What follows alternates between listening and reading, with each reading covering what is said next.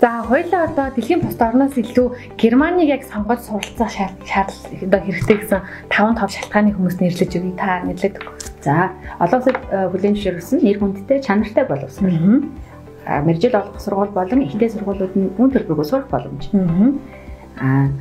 Сурангаа болон төгсөөд ажиллах боломжтой. Мөн эрүүл аюулгүй тайван орчин сурах.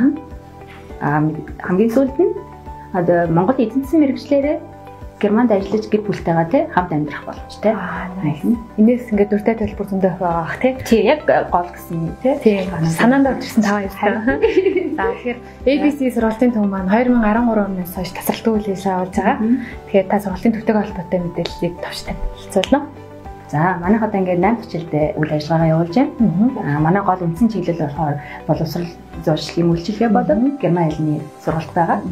За тэгээ манайх герман улсад суралцах хүсэлтэй хүүхд залуучуудаа герман хэлнийхаа сургалтанд тодорхой хугацаанд бэлдээд цааш нь ингээд хүссэн зорьсон сургуульд нь амжилттай дээлсэн суралцуулахад нь одоо туслах үйлчилгээг ингээд дагалдуулан явуулдаг байна.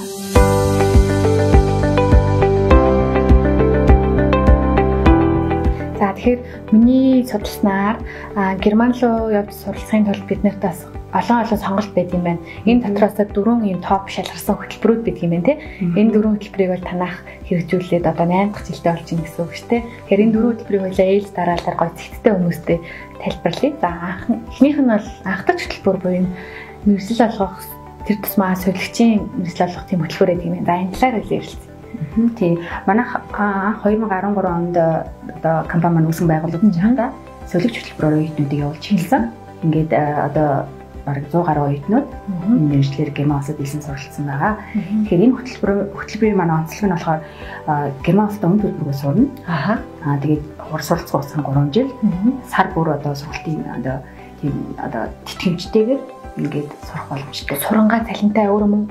Тий одоо ингээд сургалтын төлбөргүй сар болгон тэтгэмж аавна. Тэгэхээр тэтгэмжээрээ тухайн оюутан маань ажиллагааны зардал зарцуулаад ингээд гэр бүлээс ямар ч одоо санхүүгийн нэмэлт дэмжлэггүйгээр ингээд 100% тэндээ өөрөө болгоод ингээд сурах бүрэн боломжтой. Тэгэхээр энэ нь болохоор нөгөө Монголоос одоо тэтгэлгээр гадагшаа сурчсан гэсэн оюутнуудад бас энэ хөтөлбөр их тохиромжтой. Монголч гэсэн яг эмсүүд гэдэг нөө мэргэжил олох хөтөлбөр байдаг шүү дээ. Солигчаар сурж бол тэгвэл очиод шууд сургалтандаа ороод ирэхээр герман хэл дээр хичээл нөх уу? Тэр үед бид нар ямар хэлний бэлтгэл төвшөнтэй авахтай бол тий энэ хөтөлбөрт явахын тулд мэдээж герман хэлээ эзэмшсэн байх хэрэгтэй. Тэгэхээр герман хэлний одоо B2 төвшин буюу одоо герман хэлний 4 дахь төвшин бол ингээд амжилттай дуусгаад одоо тодорхой хэмжээний шалгалт өгөөд ярилцлаганд ороод ингээд тэнцэх хүмүүс энэ хөтөлбөрт илсэн тогтолцдог байгаа. B2 төвшин дахиад одоо анхааснаас танаа дээр хичнээн хугацаанд энэ талаар энийг сургалаа. Тэгэхээр A1-ээс B2 төвшин дуустал бол одоо дундаж хугацаа нь бол 9-өөс 10 сарын хугацаа байна. Энэ хугацааг зарцуулаад тэгээд тэрнээс цаашаа нөгөө герман сургуулийн хэлэх процесс нь үргэлжлүүлээд ингээ явагддаг байна.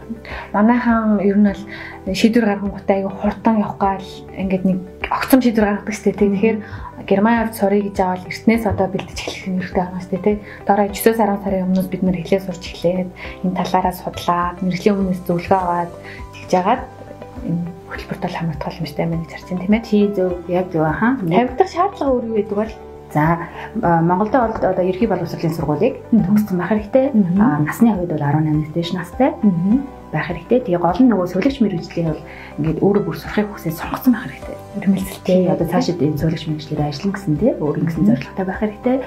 Тэгээд мэдээж төсвөр хатуужилттай хүний нутагт очиод бие дааж амьдрах тийм одоо тэр болгоныг одоо даван туулах тийм сэтгэл зүйн тийм бэлтгэлтэй бас байх хэрэгтэй. Тэр мэдээж герман хэлний мэдлэг бас их одоо тийм B2 төвшний мэдлэгтэй байх хэрэгтэй гэсэн үг. 12 дугаар ангид төгсчөөд ямар нэг шалгалт өгсөн байхгүй юу? 12 дугаар ангид төгсөөд ямар нэгэн одоо эсэлтийн шалгалт ч юм уу хамаагүй зүгээр 12 дугаар ангийн гэрчлэгээгээ одоо герман улсад баталгаажуулдаг байгаа. Тэгэл сургуульд хэлсэн суралцнаа гэсэн. Ер нь л германд очиод солигчаар сурчаад үргэлжлүүлээд тэр талаар ажиллах ер нь бүрэн боломжтой байдаг гэж би сонсч ирсэн юм байна. Тий ер нь бол тий энэ хөтөлбөрөөр явж байгаа хүмүүсийн маань ихэвчлэн одоо үргэлжлүүлээд герман улсаас одоо энэ мэргэжлэр ажиллаж байгаа. Мэдээж зарим хэсэг нь бол мэдээж нөгөө туршлага хөрвүүлж амсаж ирж байгаа. Тэгэхээр хүмүүсийн маань зорилго янз бүр учраас өөрийнхөө зорилго тохируулаад яг энэ үргэлжлүүлээд ажиллахыг сонголтуудаа хийж байгаа. Германд бол ер нь шинжлэх ухаанд төрлийн буюу ингээд инженер, хамгаалах ухаан, боловсрол энэ талын мэргэжлийг бол дэлхийд нэлээд дээгүүр бичигддэг мундаг арт түмжтэй тий одоо тийм. Тэгэхээр тэнд очиод цалинтай өөрөө бүр тэндээс тэтгэлэг аваад сураад тэгингээ үргэлжлүүлээд байсан гэхээр бол маш гоё боломж өгдөг юм. Танах энэ талаар 8 дахь жилдээ үлээс авч байгаа тий. Одоо 8 дахь жилийнхаа оюутнуудыг дараа жил явуулах гээд бэлдэж байгаа. Хүүхдүүд маань гэр маялгаа сургалтанд хамрагдсан. Янз бүрийн нөгөө банкны баталгаа ч юм уу тавигдах шаардлагын доторх материал нь юу гэдэм бол санхүүгийн одоо герман улсад суралцах байгаа ихтэй сургуультай жишээлбэл элсэн суралцах байгаа оюутнууд маань жилийн хугацаанд 10,000 одоо 200 еврогийн одоо мөнгийг герман улсад байршуулж ингэж явдаг. Тэгэхээр энд мэргэжил олгох сургалт буюу энэ сувлагчийн сургууль жишээлбэл явах байгаа оюутнууд маань ямар ч тийм мөнгө байршуулахгүй нөгөө сар болго авах тэтгэмжээрээ хэмжээнийхээ зардлыг залгуулж учраас элчин сайдын яамны зүгээс зөвхөн одоо тухайн оюутан дээр ирсэн гэрээг наривчилж үздэг. Тэгээд визийг олгодог байгаа. Мэргэжил юу н хамаарах. Одоо 12 дугаар анги төгснөөс өөрөөр нөгөө нэг их сургууль төгссөн ч юм уу одоо бид жишээлбэл шал өөр чиглэлийн мэргэжил сонгож төгссөн тэгсэрнээ үнэхээр амгаахын талаар сурья, сувлагчаар сурья гэх юм бол болох болов яах вэ? Тэгэхээр одоо энэ хөтөлбөрт маань бол янз янзын хүмүүс хамрагддаг. Жишээлбэл одоо эхнийх нь 12 дугаар ингээд төгсөөд те хүүхдүүд маань шууд явдаг бол дараагийнх нь бол сувлагчаар сурж байгаа, эсвэл сувлагчаар төгсөөд ажиллаж байгаа хүмүүс хамрагдаж байна. Бусад хүмүүс нь жишээлбэл одоо нэг 12 дугаар ингээд төгсөөд нэг хэсэг ажил хийгээчгүй сураачгүй завсардсан хүмүүс байна. Зарим нь бол нөгөө дунд одоо их сургуулийн 2 дугаар курс 3 дугаар курс байж байгаа тий. Тэгээд болцсон хайчихсан хүмүүс байдаг шүү дээ. Ийм хүмүүс хамрагдаж байгаа. Эсвэл одоо ажлын байран дээр гараад ирчихсэн мэргэжлэрээ Монголд ажиллаж байгаа боловч Германд цаашаа хөрвүүлээд мэргэжлэрийн ажиллая гэхдээ сувлагч мэргэжлийг сонгож ингээд цаашаа ингээд ирээдүйд тэр усад ажиллаж амжираа гэсэн хүмүүс бас юм нэгддэг гэсэн үг байхгүй. Сувлагч хөтөлбөрт хамрагдах боломжгүй тийм төрлийн хүмүүс гэж байгаа. Жишээлбэл гэр бүл зохиосон ч юм уу хүүхдтэй тийм хүмүүс ер нь тийм насны хязгаар бас заадаг болов. За насны хязгаар бол 18-аас дээш нас гэж байгаа. Яг одоо дээшигээ те 20 30 40 50 гээд одоо ингээд заасан юм бол байхгүй л дээ. Тэгэхээр мэдээж тухайн хүмүүний маань гол үндсэн шаардлага маань болох нь герман хэлний мэдлэгтэй байх хэрэгтэй л дээ. Тэгэхээр тухайн хүмүүс маань хэдэн ч настай бай юм бол герман хэлээр маш сайн сурцсан байхад бол одоо энд өөрсдөө илэрхийлэлтийн материалаа явуулаад үзэхэд ямар ч одоо те татгалзах гэх юм байхгүй л дээ тий. Тэр гэр бүлтэй хүмүүс ч болно. Одоо нөгөө хүүхэдтэй хүмүүс маань сурж явах хэвчтэй хүүхд авч болно. Аль эсвэл төгсөөд ажлын байран дээр гарч ирчээд одоо тэр гэр бүлийн хүмүүсээс авч болно. Тэгэхээр нөгөө сурж явах хэвчтэй хүүхд авах гэхээр тухайн үед маань өөрөө нөгөө тэтгэмжээрээ сурчиж байгаа шүү дээ тийм ээ үн төлбөргүй.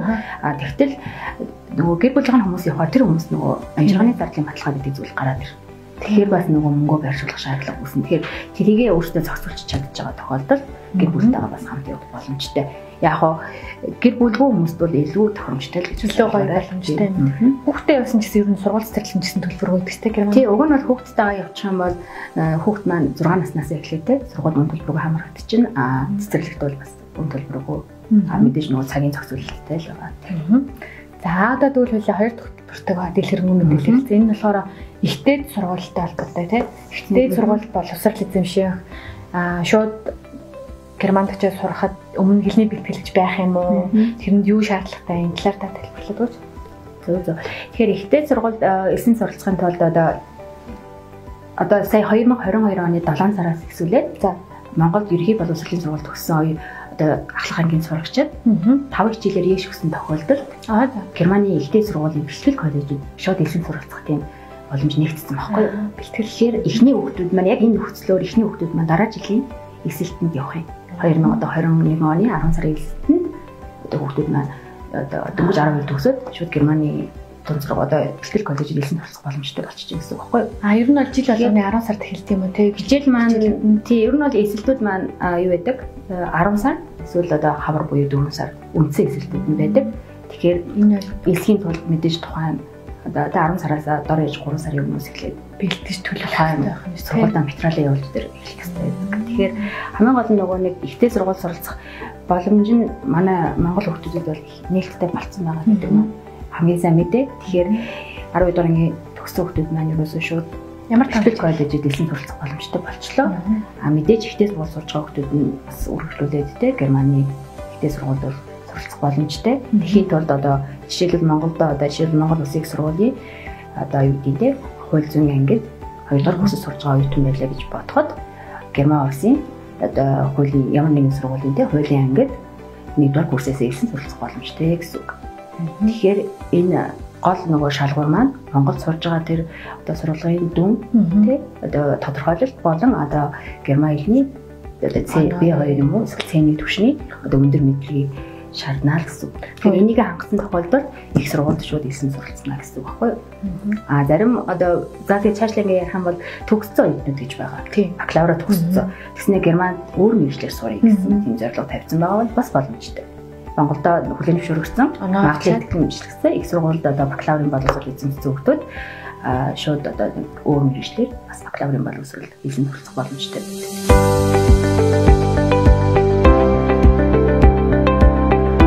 Германд очиод нөгөө хичээлээ англи хэлээр үзэх боломж ирээд юм л. Ер нь бол боломжтой. Гэхдээ бакалаврын хөтөлбөрөөр энэ сонголт багтай. Харцсангүй баг хөтөлбөр. Германаараа л хичээлээ хамт болгодог. Харин магистр те одоо нөгөө бакалавраас дээш шатны одоо боловсролыг бол бас англи хэлээр эзэмших бүрэн боломж байгаа. Тэгэхээр энэ талаар маш сайн судалгаа хийгээд бас ямар хөтөлбөрт ямар сургуульд англи хэлээр сурах боломж байна гэж хайх юм бол бүх мэдээлэл нь аль биесных нь одоо вебсайтууд дээр нь бэлэн байж байгаа. Ер нь хичнээн ихтэй сургууль байт юм л Германд. Германд бол мууч гээл бас зөндөл сонголт их байх. Тэгэхээр танайх нөгөө гол бас даваа тал нь тухайн хүнд нь яг тохирсон, тухайн хүндэд тулсан тийм зөвлөгөөгөөр сургуулийн сонгох мэргэжлийн ангийг холбож өгөх дээр бол гарсан гэж ойлгоод байгаа шүү дээ. Тий, Герман улсад манай 16 одоо мужтай шүү дээ. Тий, 16 мужид манай бараг муж болгонд энэ сургуулиуд ингээд тий төрлөөрөө байж байгаа. Ер нь бол нийтдээ бол 300 гаруй 400-аад их сургуулиуд, ихтэй сургуулиуд байдаг. Тэгэхээр энэ их олон сонголтуудаас яг өвдө тохирсон зөв сонголтыг хийнэ гэдэг бас харин тий нөөцийн дундаас зөв ялхантай. Тийхийн тулд мэдээж аль мужид очиж сурмаар байгаа, аль хотод очиж сурмаар байгаа гэдгээс тодорхойлчих юм бол илүү хэлбэр болоод ирэх гэсэн баг тий. Тийм аа. Тэгээ нөгөө суралцангаа ажил хийж болдог нь их зүгээр юм тий. Харин тий одоо ингээ гадаад оюутнууд буюу олон улсын оюутнууд 7 хоногийн 20 цаг гэж ярьдаг тий хагас цагаар ажиллах бүрэн боломжтой. Тэгэхээр хичээл хажуугаар бас эн чинь нэг талаараа илүү санхүүгийн боломж одоо гаргаж ирнэ өөртөө мөн олон найз нөхдөдтэй болно. Бас Герман орчинд ажиллаж Герман хүмүүстэй харьцаж туршлага хөрвүүлнэ гээд олон янзын даваа талууд байгаа л да.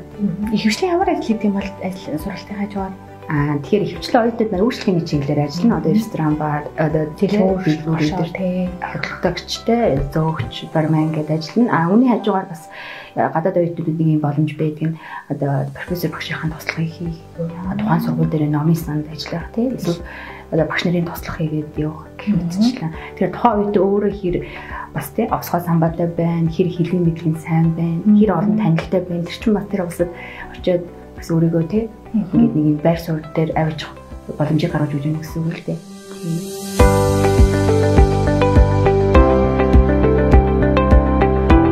Ер нь бол нөгөө герман хэл сураад Германд очиж боловсрол эзэмших гэсэн бүх төрлийн хүнд бол нас хөөс мэрэгжил хамаарахгүйгээр нээлттэй тийм ээ гэж ойлголоо. Тэгвэл хоёулаа одоо бүр 10 жилээс нь эхлээд яри 10 жилийн сургуульд байгаа хүүхд ирээдүйд герман сурыг гэж бодож байгаа бол эртнээс юу анхаарах хэрэгтэй тийм эцэг эхчүүд маань одоо хүүхдийнхээ боловсрол аягүй анхаарад эртнээс төлөвлөдөг болчихлоос тэр хайгуул хийж байна. Энэ дээр та юу гэж хэлэх вэ? Тэгэхээр одоо ингээд дараа жилээс одоо 12 дугаар ингээд төгссөн хүмүүс маань Германы тий ихтэй сургуулийн бэлтгэл коллежид шууд нэгэн суралцах боломжтой болчихлоо шүү дээ. Тэгэнгүүт энэ жил ингээд орж ирээд мэдээлэл авч байгаа хүмүүс дээр ингээд дүнэлт хийгээд үзэхээр ерөөс 12 дугаар ангид шийдэн гаргаж шийдвэрийг туулахад энэ ерөөсөө орж ир зөвлөгөө авчаал за ерөөсөө Герман сургая. Тэгэхээр одоо юу хийх хэлээ гэхээр герман хэл сурах хэрэгтэй гингүүттэй. За тэгвэл герман хэлний сургалт чинь суулгая. За тэгээд 5 хичээл хүүхд маань бэлдэх хэрэгтэй байна. За энэ 5 хичээлийг сонгоё гэж одоо ингэ ерөөсөө нэг жилийн дотор нөгөө бүх ажлаа хийх гэдэг байхгүй нөгөө бэлтгэл ажлуудаа. Тэнгүүд нөгөө хүүхд маань үр дүнд нь хүүхд маань аюу тийм дарамтанд орж ирж байна л да. Тэр герман хэлээ сайн сурах уу эсвэл 5 хичээлээ тэр 5 хичээл маань зарим нь хоцрог хөсөлтэй хичээл байж болно шүү дээ. Тэнгүүд нөгөө 5 хичээлээ бас бэлтгэхтэй гэдэг нэг хүүхдэд нөгөө нэг дор аюу тийм ачаал өгөнгөт бүх юм нь үр дүнгүй болох магадлалтай харагдаж байна л да. Тэгэхээр эцэг эхчүүдэд зөвлөхөд ерөөсөө герман улс гэлтгүй ер нь альж усаас сурахад бэлтгэл ажил бол аюу ихнээс хэрдгийн шүү. Харин герман улсыг та хэрэг хүүхдтэйгээ ярилцаж сонгохоор шийдсэн бол дор хаяж 1-2 жилийн өмнөөс тий. За ер нь бол 2 жил гэдэг бол ер нь нэлээд тохиромжтой хугацаа. Энэ хугацаанаас өмнө бэлтгэл ажлаа эхлэрээ л гэсэн үг юм. Тэгэхээр үүнтэй уялдуулаад манайх энэ жилээс эртэж хөтөлбөр гэдэг одоо хөтөлбөрийг санаачилсан байгаа. Энэ нь болохоор 10-11 дугаар ангийн хүүхдүүдэд зориулагдсан. Тэгэхээр энэ хугацаанд хүүхдүүд маань юу хийх вэ гэхээр герман хэлээ сурна. А1-ээс B2 болж игэл C1 түвшин хүртэл сурна. Тэгээд мөн ямар мэргэжлэр ямар сургуульд хаана тий элсэн суралцах байснаас судалгаагаа хийн. Тэгэхээр бид нар нөгөө нэг чиглүүлэгч хөтөлбөр гэдэг хөтөлбөр бас нэртэйч хөтөлбөртэй хамт ингээд салшууны хэсэг болж явдаг. Тэрний тухай хүүхд маань хилээ сурангаа хажууд нь манай боловсролын зөвлөгөөнөөс Германд элсэн суралцах талаар тий юу хийх шаардлагатай, ямар материалууд хэрэгтэй, хизээ эсхийн гэдэг ийм бүх мэдээллүүдээ ингээд аваа явуучих учраас ерөөсөө нөхд маань Герман хэлээ сураад дууслаа 12 дугаар ангид төгслөө, яашаа амжилттай өглөө, өргөжлүүлээд яах юм. Шууд ихтэй сургууль хийх процесс их байхгүй юу. Тэгэхээр тэрийг бүх юм өмнө хийсэн байгаа учраас нөгөө тухайн хүүхд маань амжилттай хэлсэн суралцсан гэж юм бид нар төлөвлөж тэ найдаж байна тийм. 50 ууж эртнээстэй баг багаар ачаал багтай санаа амар. Тэгвэл нэрээ нөгөө яарал дааны тулаад тэгээд юу хийх гэсэн. Ер нь эцэг эхчүүд 12 дугаар ангид нь биш эртнээсээ л за одоо мэрэл сонгох төс төгж байгаа шүү. Яг үлээ гэдээ анхаарах хэрэгтэй тэ хаана. Тий яг Монголын төвшөндөө гэх юм уу тий зөвхөн Герман гэлтгүйгээр ер нь саяны эртэж хөтөлбөрийн талаар мэдээлэл авахд бол дүүнэртэй бараг атаархаар л байна да. Бүр эртнээс гоё мэдээлэл аваад бүх юм зэгцтэй ямар ч ачаал багтай. За тэгвэл нэгэн тэгтээ сургуулаа сонгоод Монголдо сурч байгаа магадгүй төгссөн хүмүүс дараагийн төвшөнд Герман зэгтэй сургууль сурахын тулд тэрэнд чиглэсэн тэр хүмүүс зөвлөсөн одоо ямар үйлчлэгийг санал болгодог вэ? За бидний зүгээс бол мэдээж эхлээд нөгөө Германыхаа сургалтыг санал болгоно. Тэгэхээр энэ сургалт маань бас л нөгөө чиглүүлэгч хөтөлбөр бас л багтсан байгаа. Тэгэхээр Монголдо бакалавр эзэмшиж гисэн эсвэл одоо бакалаврын дээр 2 удаа курс сурж байсан ч хамаагүй Германы хэлийг сураад өргөжлүүлээд өөртөө тохирох тий төвшний сургалтанд ингээд өргөжлүүлээд ингээд төлөвлөж явах бүрэн боломжтой байгаа. За тэгэхээр нөгөө нэг сая ярьлаа л ямар хөтөлбөр бас байж болох вэ гэдэг тий. Тэгэхээр энэ болохоор Монголдо нөгөө Герман хэлээ сурж байгаа нэг талын одоо тий нэг одоо явах гарцсан нөгөө нэг явах гарцсан маань бас бусад хөтөлбөрүүд гэж байдгийг Германд тэр нь одоо жишээлбэл нөгөө нийгмийн сайн дурын хөтөлбөр эсвэл нөгөө хүүхд тасрагч буюу афер тий солин солилцооны хөтөлбөр гэдээ байгаа. Эдгээр нь бас нөгөө Германд тухайн үед маань 1 жилийн хугацаанд байна. Энэ хөтөлбөрүүдэд оролцсон. Тэгэхингээ Герман хэлээр сурна, өргөжлүүлээд Германыхаа бас ихтэй сургуультай элсэн суралцах бүрэн боломжтой. Тэгэхээр энэ нь одоо нөгөө нас нь одоо энэ хөтөлбөрүүдэд нөгөө нас цаачдаг 26 хүртэл их гээ. Тэгэхээр одоо дөнгөж 12 одоо бакалавр төгсөж байгаа хүмүүс маань 21 22 гэж юм байгаа шүү дээ тий. Тэгэхээр шууд өөрчлүүлээд энэ хөтөлбөрүүдэд явчих юм бол нөгөө 1 жилийн хугацаанд магадгүй энд одоо Монголоос явахдаа би энэ мэргэжлэр сурах даарч гэдэг юм ингээд явъя гэж төлөвлөсөн байсан юм маань өөрчлөгдөд жинхэнэ өөрөө хүсэж байгаа юм тэндээс бас олж авах магадлалтай гэсэн. За ерөөдөө бол Герман явж бүр сурах сонирхол маш их нэмэгдсэн миний хувьд. Тэгээд би яг бодсон л та очиод надад ийм амжиргааны зардал ер нь дунджаар сард ч юм уу хэдэн төгрөг байх бол гэснээ сургалтын төлбөр өгч гисэн надад бас тодорхой хэмжээний мөнгө хэрэгтэй. Тэгэхээр энэ дунджаар хэд бол та тэрийг гэж бодож байна.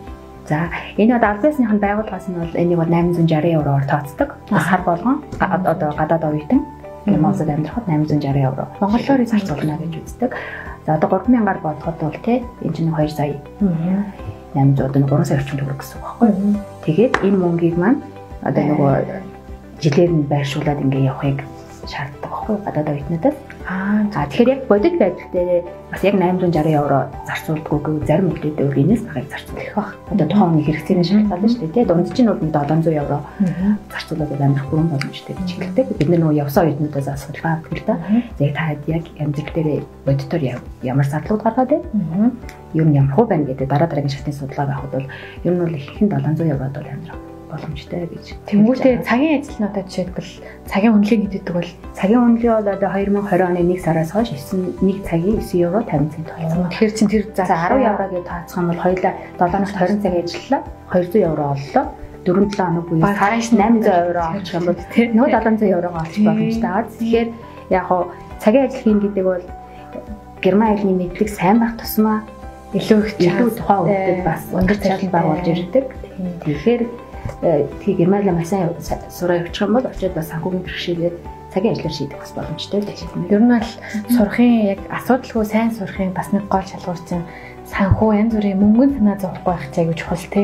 Одоо ингээд төлбөрөө яаж хийх вэ гэж бодож байгаа сурна гэдэг чинь сураад байгаа юм шиг тэсэр нэг ажлын төлөө ажил хийгээд байгаа шиг хэцүү байдал босоод оронд бол ажилтаа тань. Тэгэхээр энэ баста бүр хамгийн чухал зүйл шүү нэр. Энэ бол одоо миний энэ 10 хэдэн жилийн туршлагаас би харахад гадаад явж байгаа те одоо Австралич явсан, Америкч явсан тэр хүмүүсийг харахад хүүхдүүд очиж 2 сонголт хийж байгаа их хвчлээ. За мэдээж боломжтой айлын хүүхдүүд нь бол яах нь сурахын төлөө ингээ явж байгаа. Гэтэл бусад хүүхдүүд маань зарим нь бол яалтчгүй юугаа хайдаг. Сургуульд хайдаг. Ажлыг шат. Тэгээд нөгөө мөнгийг одоо нөгөө олоод ирэхээр мөнгөний амтанд ороод нөгөө суралцах одоо тий зорилгонд бүдгэрээ илүү нөгөө мөнгө олох тэр зорилгоо дагаа явчихдаг. Манай одоо Монгол хүүхдүүд нөгөө манай шиг юм 3 дахь орноос очиж байгаа тий санхүүгийн бэрхшээлтэй газраас очиж байгаа хүүхдүүд бол яалтчгүй тийм алхам руугаа илүү явцдаг. Тэгэхээр нөгөө хүнд уг нь бол одоо тэр хуримтлуулсан мөнгө бол мэдээж тэр ингээ яг хуримтлагдаад тэр хүн сайхан л байна. Гэхдээ ирээдүйд тэр мөнгө бол үржихгүй шүү дээ тийм үржигдэхгүй үргэлжлэл алга болчдөг. Гэтэл нөгөө сурсан мэдлэг гэдэг зүйл маань тэр хүнтэй насан туршид нь хамт байдаг.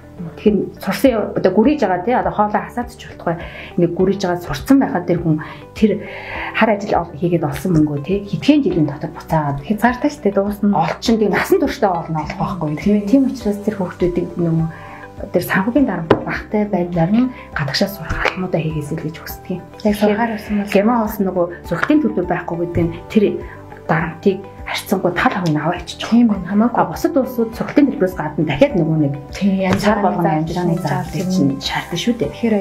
Тэгэхээр тэр хүн чинь зарим хүмүүс л ингээ хүүхдүүдэд за эхний нэг жилийн зарлын нөгөөд би орхих гэж байгаа гэж ярьдаг байхгүй. Тэгээд бодоод үзэхээр бас тэр бол аюу хатуултай.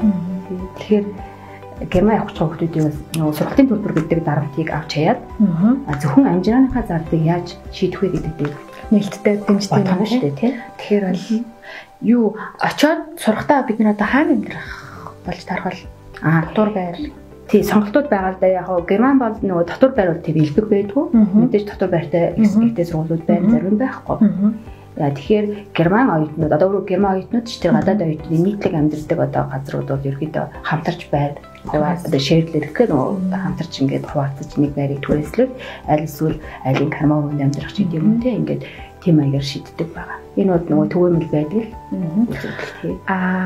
Герман одоо бас гэтээ ер нь нөгөө соёлын төв гэдэг утгаараа одоо бидний очиг хүсдэг Америк, Австрали улсын хүмүүс маань гэсэн Германд очиж боловсруулалт уншиж их ихсэж байгаа гэд би сүүлийн судалгаанаас уншиж ирсэн. Ер нь бол одоо монголчууд ч сайн их болсон тийм. Тэгэхээр бид нэр хайр оронд хаа мэдгүй ганцаараа Монгол анхдагч болчихгүй ингээ очоор баран амьдрахад ер нь бол аюу гой нээлттэй боломжтой бодсноос хамаагүй хөнгөн байх юм байна л гэж би ер нь ойлгодог шүү дээ. Тий, ер нь бол Германы том хотуудад бол олон улсын одоо оюутнууд те гадаад хүмүүс ирж ингээд ажиллаад өдөр явж байгаа учраас одоо олон нийтийн гой хэлбэр тий холилдсон баялаг нэгэн тийм олон тий одоо олон ургалж үзүүлэх хүртэл гэж байдаг шүү дээ. Тэр шиг одоо ингээд ерөөдөө Герман орн маань илүү нээлттэй болж байгаа. Тэгээд энэ нь болохоор манайхаас одоо жил болгоо явж байгаа оюутнуудын тоож гэсэн ихсэж байгаатай бас холбоотой. Тийм бах тий тухайн улс маань нээлттэй байх тусмал тэрийг зорих оюутнуудын тоо нэмэгдэнэ гэсэн үг шүү дээ. Тэгвэл Германы сонирхож байгаа одоо монголчууд их болж байгаа хэрээр Германы зуучлах хөтөлбөр ч юм уу сургалтын төвд ихсэж байгаа хэл та. Тэгэхээр ABC-ийн бусад байгууллагаас ямар даваа талтай ялгаатай та энэ дээр юу гэж бодож байна өөртөө? Тийм мэдээж нөгөө одоо салбарт олон төрлийн байгууллагууд ажилладаг шүү дээ. Тэгэхээр зэрэгцээл бид нэр ажиллана. Бидний зүгээс бол ямар зүйлийг баримталдаг вэ гэхээр тухайн үйлчлүүлэгчдийн аль болох тийм тэгээд зорьсон хөтөлбөрт нь одоо ингээ явахт нь одоо бүхэл талын дэмжлэгийг үзүүлдэг. Тэгээд үзүүлээд за тэр хүмүүс маань явчлаа гэж бодоход орчтгүй л дээ. Тэр тухайн хүмүүс маань өөрөө биднэртэй холбогдохыг хүсэхгүй ч юм уу одоо би тий өөрөө би дагаа явчихна гэд ингээд орчихгүй бол бид нэр тэр оюутнуудаа байнга одоо анхаарал тавина. Асуудал үүсвэл ингээд тий байнга холбогдоод ингээд тэрэнд нас тусалдаг. Нөгөө эргэх холбоо сайтай юм шүү дээ. Сайн л байдаг. Тэр эргэх холбоо гадаадд очиж байгаа хүмүүст бас их чухал байдаг. За тэгээд цаашаа нөгөө маань дараагийнхаа шатны үйлчлэгийг ч авч болно тийм ээ. Нэг жилийн хөтөлбөрт явчлаа өргөжлүүлээ цаашаа ихтэй сургууль сурмаар байна гэх юм бол эсвэл бид нэр дараагийн шатны бас үйлчлэгийг ингээд аваад явчих боломжтой. Тэгэхээр энэ маань нэг төрлийн нэг боловсролын сервис үйлчлэг гэдэг маань одоо гадаадын өндөр хөгжилтэй орнууд зөв бүр тогтцсон зүйл байхгүй юу. Тэгэхээр манайд бол одоо хөгжиж яваа. Бас улс орн маань хөгжиж байгаатай адилхан ер нь олон салбарууд дагаад хөгжиж шүү дээ. Тэр утгаараа энэ бол бас л энэ боловсролын салбарт байх зайлшгүй нэг салбар. Энэ боловсрол зуршлын салбар гэдэг байна тийм. Хоёрдугаар талаар манай одоо сургалтын дээр бас би нэг хэдэн зүйл хэлэх гэсэн. Манай болохоор танхимын сургалт маань хичээлж явах явцад бол бид нар бас одоо энэ тий 2014 оноос ажиллаж байна л да. Хүүхдүүд маань яг танхимын сургалтаар бас мэлбэрийг бүрэн аваад байна үгүй бас үгүй. Яадаг гэхээр ингээд танхимынхаа сургалтанд ирээд 230-40 минутыг зарцуулчаад ингээд гэртээ ярьчаад тухайн хүүхд маань тавтахгүй байх юм бол яах нь нөгөө мэдлэг маань бас л ингээд зарим сарнаар алга болчдөг. Тэгээд нөгөөдөр нь хичээлдээ ирлээ.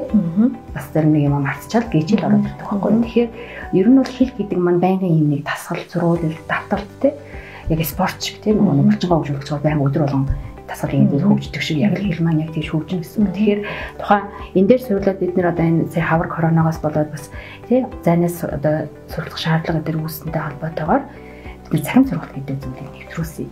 Тэгэхээр энэ маань дүрм дээр суурилсан А1-ээс B2 түвшний одоо энэ сургалтын хичээлүүд байгаа. Тэгээд одоо нэг манай одоо сургалтын сууж байгаа хүмүүс маань танхимынхаа сургалтыг авчаад үргэлжлүүлээд гэртээ очиод нөгөө хичээлгүй өдрүүдэд нөгөө цахим сургалтаа үзээд тэгээд одоо багшийнхаа тухайн өдөр заасан юмыг дахиад үзэхэд тэр сургалт маань цахимаараа бэлэн бийж шүү дээ тий. Тэрийгээ сайхан үзээд тэгээд багшийнхаа юмыг одоо тал ойлгосон хүмүүс ядаж 80% ойлгоод 90% нэмж сайн ойлгоод дараагийн хичээлд орж ирэхээр нөгөө мэдлэг нь улам батчаад байна гэсэн үг шүү дээ тийм ээ. Тэгэхээр энэ маань бас нөгөө сургалтын маань үр дүнд их сайн нөлөөлж байгаа. Тийм тэгэхээр одоо танхим тэг үүнтэйгээ үндэслээд одоо юу яагаад нэгтгэхэд одоо бид нэг цахим танхим гэж хосолсон юм сургалтыг ерөөсөө сүүлийн одоо хагасчлалын дотор бол явуулж байгаа. Хөл хорионы үед л танах бол айх юмгүй шууд онлайн руу шилжсэн юм шүү дээ. Тий одоо энэ чинь нөгөө ихний тий одоо сая хавар 2 сараас хойш тусгаарлалт гарч эхлэх чинь одоо ихний тий раунд хэлээ шүү дээ. Одоо ингээ хоёр дахь ээлжний одоо энэ тусгаарлалтын явцад бол биднэрт бол яг үүндээ шин зүйл байсангүй.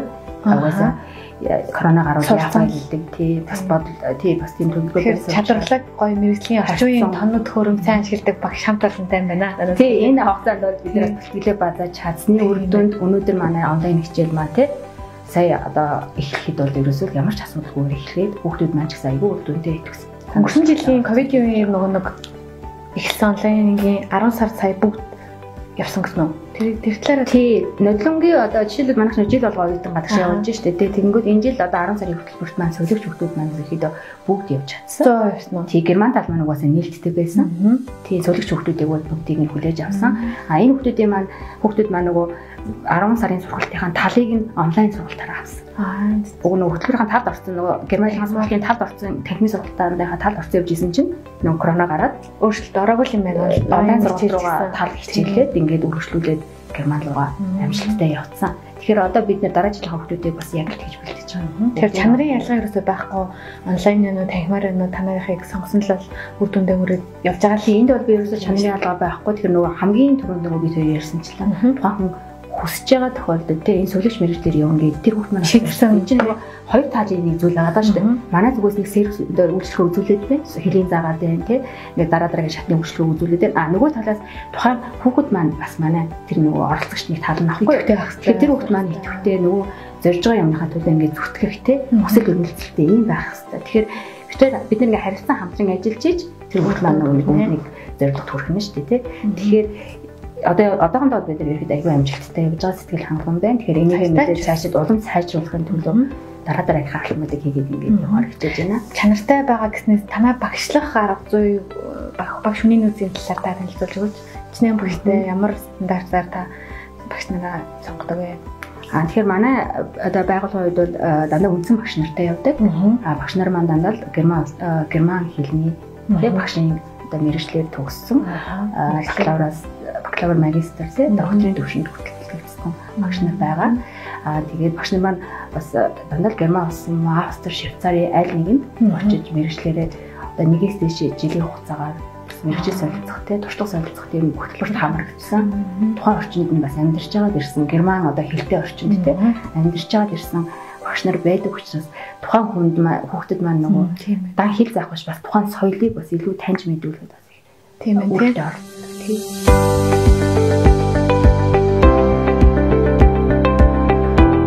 Танайхаар үйлчлсэн хүмүүсээс таны яг одоо санаач орж байгаа гоё оюутнууд байна уу? Кейс тэр хүнийг тэгээ тэгжсэн гэдэг ч юм уу те. Байлгүй яг хоо нэлээ ер нь олон үйл явдал болно шүү дээ тий. Олон хүмүүс харьцаж байгаа учраас янз бүр юм тохиолддог. Тэгэхээр миний одоо хамгийн сайн санаж байгаа нэг зүйл бол нэг Солонгос улсад ажиллаж байгаад нэг солиогч хөтөлбөрөөр явсан. Солонгосоос юу? Тий Солонгосоос явсан. Тэр охин ерөөсөө мартагдсан. Тэр охин нөгөө угаасаа Монгол байхдаа зөвхөн ааны манай дээр сурчаад ингээд за би одоо ингээд Солонгос явлаа. Манай ээж Солонгос байд юм аа. Би одоо бусад төвшнгөө Солонгост ингээд өөрөө бие дагаа сурчнаа тий. Тэгээ би солигч хөтөлбөрт чи явна шүү. Би та намайг нөгөө тоондоо оруулаарай гэж надад хэлээ явсан байхгүй. Тэгээ тухайн үед би дотроо тий эвэлцчихсэн.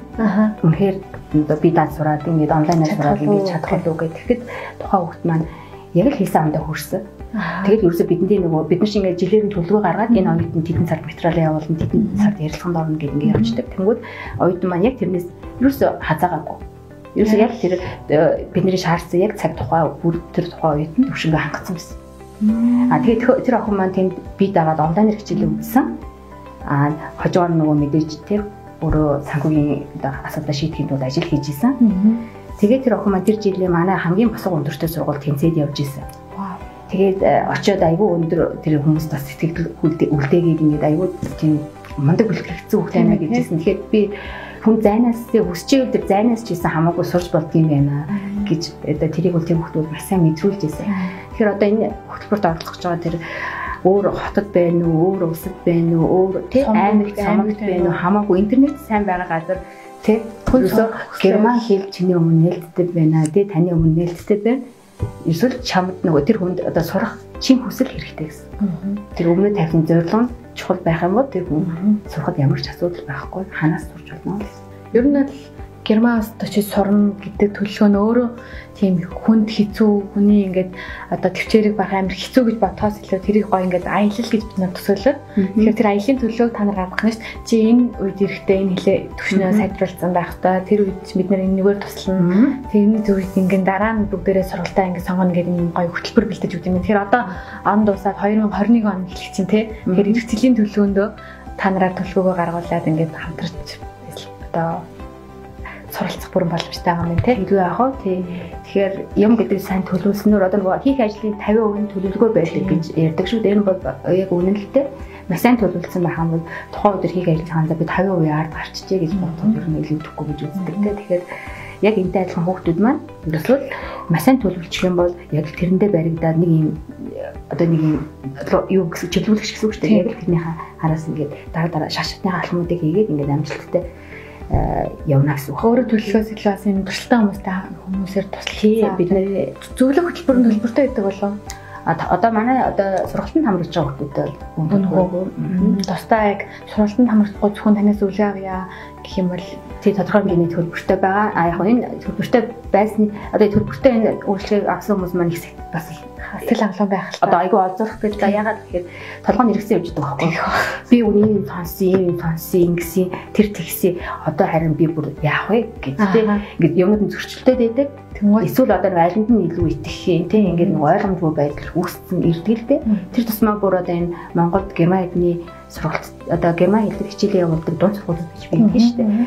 Төгсөөд хүүхдүүд нь герман сурах боломж нь илүү нээлттэй. Тэгтэл тэр сургуульд сурж байгаа хүүхдүүд бас аюул хэрэг зөвлөгөө авдаг.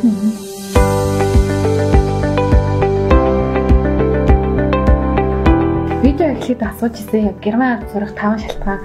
Миний бодлоор саяны 5 дээр нэмээ надад 2 шинэ шалтгаан гарч ирлээ. Би юу гэж хэлсэн гэхээр нэг нь болохоор герман хэлийг сурч юм бол герман хэлний үндсэндээ ашигладаг одоо Австри, Швейцар гэдэг орнуудад герман хэлээ сурчаад ингээд ажиллаад амьдрах боломжтой ингээд шинэ зах зээл, шинэ боломжууд нэгдэх юм байна. Нөгөөтэйгүр нөгөө Монгол Германы харилцаач аягүй дайжгүй. Тэгэхээр буцаад ирэхээр германтай холбоотой үйл ажиллагаануудад бид нэр оролцоод илүү их тэтгэлэг боломж аваад тий цаашдаа амьдрахад илүү гоё юм.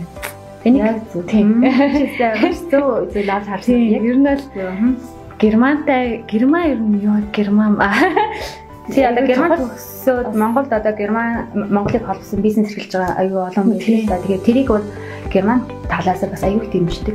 Нөгөө герман сурсан зүйлээ ашиглаад тэр хүнтэй ингээд бас нэг улсын хөгжилд бас хувь нэмрээ оруулж ирсэн шүү дээ тийм ээ. Тэгэхээр энэ дээр бол герман тал өөрөө одоо маш сайн дэмждэг. Тийм. Одоо нэг бэкери те одоо нөгөө нэг те одоо нэг талхны те одоо нөгөө нарийн боовны жижигхэн кофе шоп нэгтгэхэд хүртэл элсэнтэй яамнаас хүн очиж те нээлттэнд нь оролцож үг хэлж явах жишээ нь те ингээд ер нь герман хүмүүс жинхэнэ шүү дээ. Герман амьдралаас ингийн шүү дээ те ерөөсөө герман чанар гэж байна. Германы мундаг үйлдвэрлэл технологи инженер бол гайхалтай.